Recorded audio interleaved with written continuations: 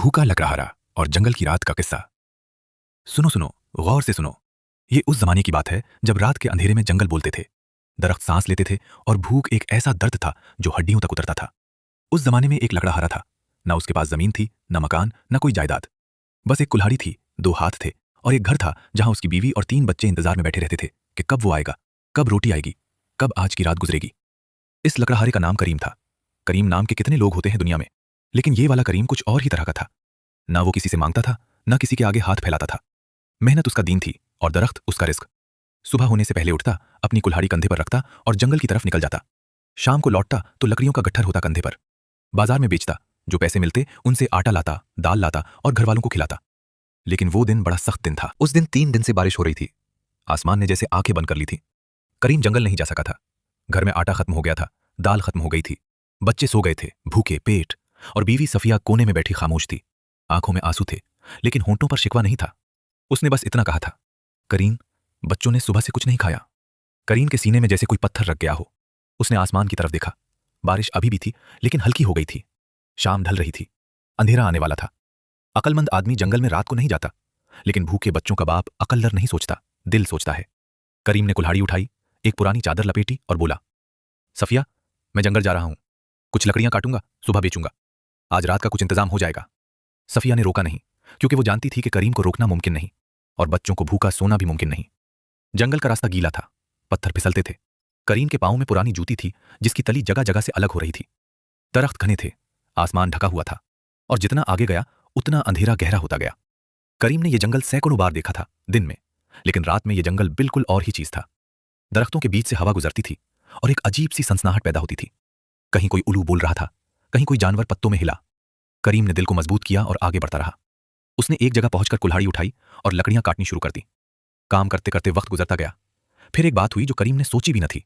जब वो लकड़ियां काट रहा था, अचानक उसके कानों में एक आवाज आई, बहुत हल्की, जैसे दूर से कोई रो रहा हो।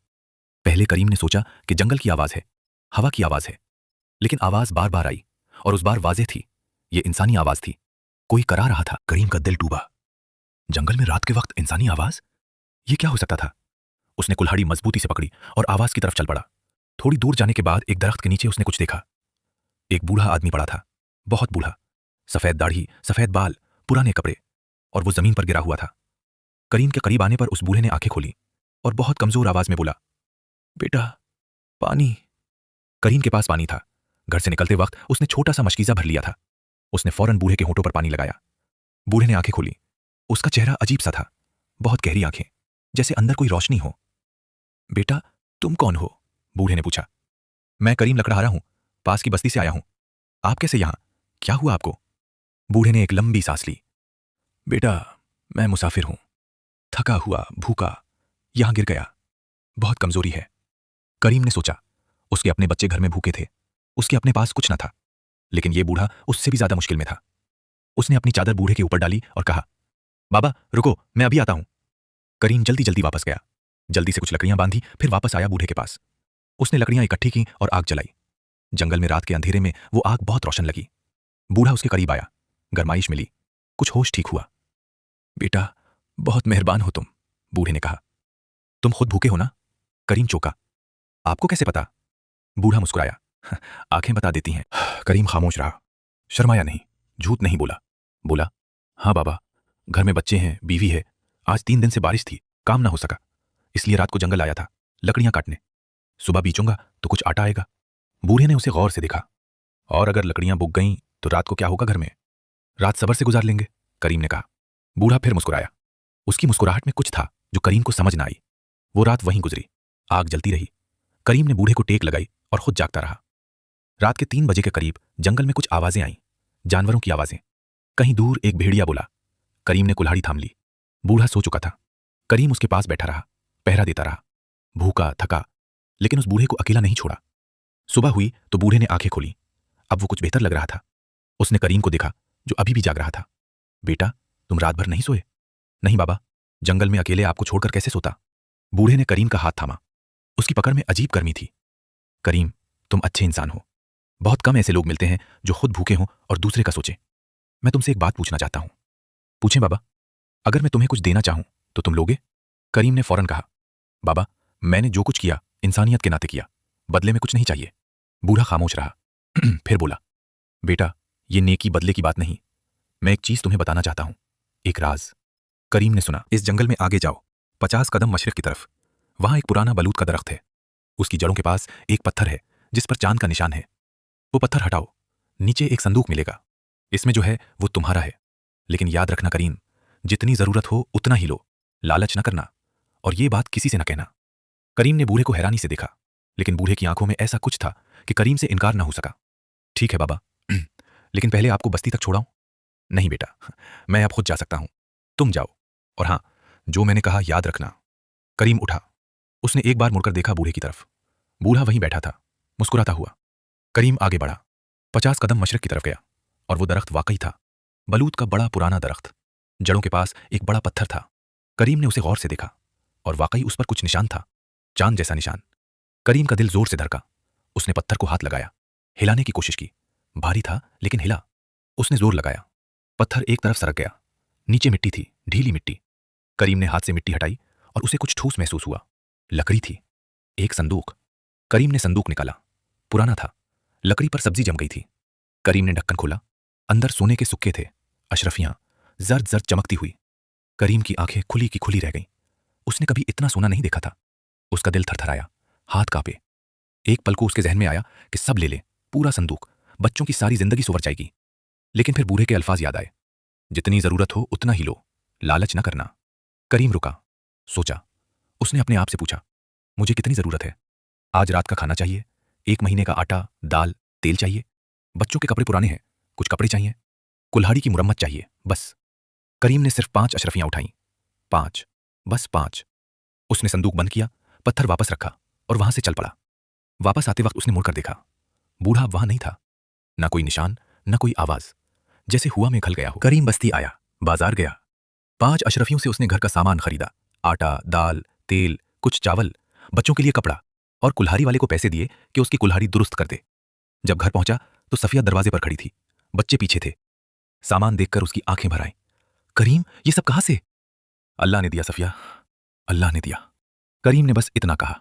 उस रात सब ने खाना खाया, बच्चे सोए पेट भरकर।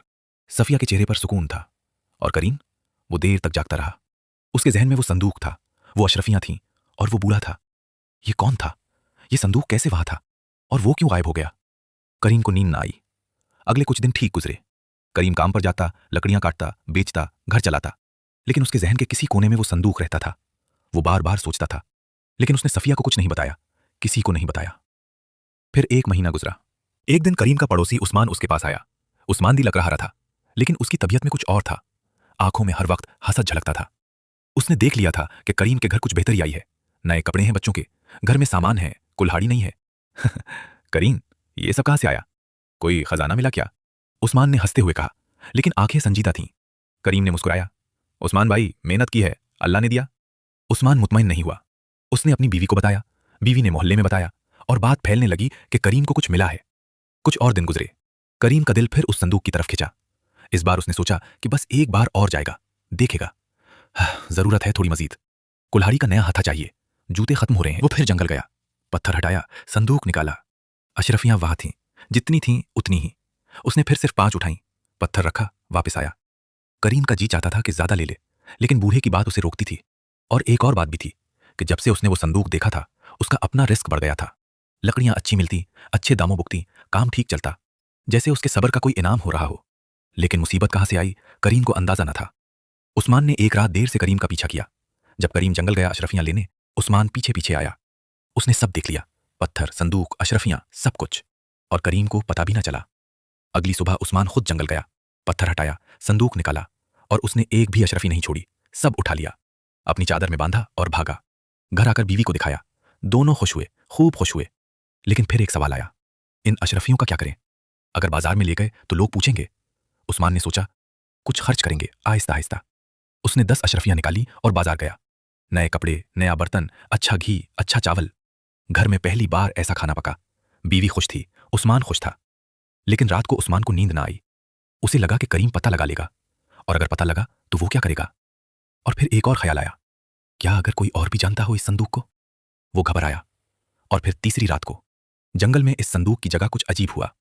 गांव वालों ने रात को एक रोशनी देखी, जंगल से आती हुई नीली रोशनी। कुछ लोगों ने कहा जिन है, कुछ ने कहा सोते हैं, ख्वाब है। लेकिन करीम ने भी वो रोशनी देखी और करीम को कुछ और लगा। करीम अगली सुबह जंगल गया। उसने पत्थर हटाया, संदूक नहीं था। करीम खामोशी से वहां बैठ गया। उसका दिल भारी हुआ, लेकिन उसने कोई शिकवा नहीं किया, बस बैठा रहा। उसके जहन में आया, जो मिला वो मुझसे ज्यादा किसी और को जरूरत रही होगी। और उसने वहां से उठकर वापस अपना काम शुरू कर दिया। लेकिन कहानी यहां खत्म नहीं होती। उस्मान के घर में जो अशरफियां आई थीं वो अजीब हुई। जितना खर्च करता, जितना इस्तेमाल करता, वो कम नहीं होती थी शुरू में। लेकिन फिर एक दिन उसने देखा कि वो सब गिन रहा है और उसे लगा कम हो रही हैं। उसने और गिने और गिने, और हर बार तादाद मुख्तलिफ निकलती। उस्मान घबराया। उसकी बीवी ने कहा, ये लानती माल है, किसी का चुराया हुआ। उस्मान भड़का, करीम का चुराया था और करीम ने किसी और का चुराया होगा। लेकिन उसका दिल जानता था कि बात गलत है। फिर उस्मान का बेटा बीमार पड़ा, तेज बुखार। हकीम को बुलाया, दवा करवाई, लेकिन बुखार उतरा नहीं। उस्मान का दिल डूबा। 3 रात 3 दिन उसका बेटा बुखार में तड़पता रहा। उस्मान की बीवी रोती रही। अशरफियां एक कोने में पड़ी थीं और वो किसी काम ना आई। उस रात उस्मान घर से निकला, सीधा करीम के दरवाजे पर आया। करीम ने दरवाजा खोला। सामने उस्मान था, आंखें सुर्ख, चेहरा पीला। करीम, मुझे माफ कर, उस्मान ने कहा और आवाज कांप रही थी। क्यों, क्या हुआ उस्मान भाई? मैंने मैंने वो संदूक, वो अशरफियां, तुम्हारी थीं वो, और मैंने ले ली, सब ले ली। करीम, मेरा बेटा बीमार है, बहुत बीमार है। मैं मरा जा रहा हूं अंदर से। मैंने गलत किया। करीम ने कुछ नहीं कहा, बस उस्मान का हाथ थामा और अंदर ले गया। बैठो। करीम ने पानी दिया, फिर पूछा, तुम्हारा बेटा कैसा है? 3 दिन से बुखार है। करीम ने उठकर अपनी अलमारी से एक छोटी पुड़िया निकाली। कुछ बोटियां थीं उसमें। ये लो, उनका कहवा बनाओ, 3 बार पिलाओ। हकीम जी ने मुझे बताया था जब मेरा बच्चा बीमार था। उस्मान ने हाथ में पुड़िया ली और रो पड़ा। करीम, तुम अच्छे आदमी हो, मैं बहुत बुरा हूं। उस्मान भाई, तुम बुरे नहीं हो। भूख और लालच इंसान को गलती करवाते हैं। मैंने कभी भूख में गलत काम नहीं किया, लेकिन मैं समझता हूं कि मुश्किल में इंसान क्या सोचता है। वो अशरफिया मैं वापस लाऊं? उस्मान ने पूछा। करीम ने सोचा, उस्मान भाई, वो अशरफिया मेरी नहीं थी असल में, एक बूढ़े ने बताई थी। उसने कहा था जितनी जरूरत हो इतनी लो। वो सबके लिए थी शायद। तुमने ली, तुम्हारी जरूरत होगी। लेकिन करीम, वो तुम्हारी थी। अगर होती तो शायद मैं आज भी वहां से ले रहा होता। लेकिन वो वहां थी, किसी ने रखी थी, किसी वजह से। मैंने इतना लिया जितनी जरूरत थी, तुमने इतना लिया जितनी तुम्हारी जरूरत लगी तुम्हें। जो हुआ सो हुआ, अब अपने बेटे को ठीक करो। उस्मान के आंसू नहीं रुके। उस रात उस्मान का बेटा ठीक हो गया। सुबह हुई तो बुखार उतर गया। बच्चे ने आंखें खोली, पानी मांगा, खाना मांगा। उस्मान और उसकी बीवी ने अल्लाह का शुक्र अदा किया। और अगले दिन उस्मान करीम के घर आया। साथ में कुछ अशरफियां थीं। करीम, ये रखो, मैंने जितनी भी खर्च की उनसे ज्यादा वापस करने की ताकत नहीं, लेकिन जो बच्ची हैं वो तुम रखो। करीम ने इनकार किया। उस्मान ने इसरार किया। आखिर करीम ने कहा, ठीक है, लेकिन एक शर्त है, इनमें से आधी तुम रखो, आधी मैं रखूं, और दोनों के घर चलते रहें। उस्मान ने मान लिया। कुछ अरसे बाद एक अजीब बात हुई। गांव के एक बुजुर्ग ने बताया कि जंगल में जहां वो संदूक था वहां एक पुरानी कहानी है। कहते हैं कि बहुत पुराने वक्तों में एक नेक दरवेश उस जंगल से गुजरा था। उसने अपनी जमा पूंजी वहां छुपाई थी और कहा था कि जो कोई सच्चा और मोहताज इंसान यहां आएगा और जरूरत से ज्यादा नहीं लेगा, उसे बरकत मिलेगी, और जो लालच करेगा उस पर मुसीबत आएगी। गांव वालों ने सुनी बात, हैरान हुए, और तब किसी ने उस्मान की तरफ देखा। उस्मान ने नजरें झुका ली। करीम ने किसी को कुछ नहीं बताया। न उसने बूढ़े का जिक्र किया, न संदूक का, न अशरफियों का। बस अपना काम करता रहा। महीने गुजरे, मौसम बदले, करीम की मेहनत बढ़ती गई, काम अच्छा होता गया। उस्मान ने भी अपनी राह संभाली। दोनों मिलकर लकड़ियां काटने जाने लगे जंगल में। एक दिन जंगल में करीम को फिर वो बूढ़ा नजर आया। वही दरख्त के नीचे बैठा था, वही सफेद दाढ़ी, वही गहरी आंखें। करीम भागा उसकी तरफ। बाबा, आप? बूढ़ा मुस्कुराया। करीम, कैसे हो? बाबा, आप कहां थे? मैंने वो संदूक देखा था, फिर गायब हो गया, मैं समझ ना सका कुछ। करीम, जो तुम समझे वही असल बात थी। बूढ़े ने कहा, तुमने जरूरत से ज्यादा नहीं लिया, यही सबसे बड़ा इम्तिहान था। लेकिन बाबा, वो उस्मान भाई ने... जानता हूं, और उनको सबक भी मिल गया, और तुमने उनको माफ कर दिया, उनकी मदद की। यही तुम्हारी असल दौलत है करीम। ये नहीं कि तुमने कितनी अशरफियां उठाएं, बल्कि ये कि तुमने कितनी छोड़ें। करीम खामोश रहा, आंखें भर आईं। बाबा, आप कौन हैं? बूढ़े ने मुस्कुराते हुए कहा, बेटा, कुछ सवाल बेजवाब रहने दो, इनमें भी एक लुत्फ होता है। करीम ने हंसना चाहा, लेकिन रो दिया। बूढ़े ने उसके सर पर हाथ रखा। जाओ करीम, घर जाओ, बच्चे इंतजार कर रहे हैं। करीम ने एक बार मुड़कर देखा। वो जगह खाली थी। दरख्त था, हवा थी, पत्तों की आवाज थी, और करीम के सीने में एक अजीब सुकून था। करीम ने घर की राह ली। कंधे पर लकड़ियों का गट्ठर था, दिल में इत्मीनान था, और कदमों में वो तवानाई थी जो सिर्फ उसे मिलती है जो सच्चे दिल से जीता है। उस दिन के बाद करीम ने कभी उस बूढ़े को नहीं देखा। ना वो संदूक मिला, ना वो जगह। बलौत का दरख्त आज भी जंगल में है, लोग कहते हैं, लेकिन जड़ों के पास अब कोई निशान नहीं। और करीम, वो मेहनत करता रहा, कुल्हाड़ी उठाता रहा, सुबह जंगल जाता, शाम घर आता। बच्चे बड़े हुए, उस्मान के साथ दोस्ती पक्की हुई। गांव में उन दोनों की बात होती थी एक अजीब तरह से। एक के बारे में लोग कहते थे कि उसने सीखा, दूसरे के बारे में कहते थे कि उसने सिखाया। और वो बूढ़ा मुसाफिर, उसके बारे में करीम ने कभी किसी को नहीं बताया। यह किस्सा सिर्फ उसी को मालूम था। और अब तुम्हें।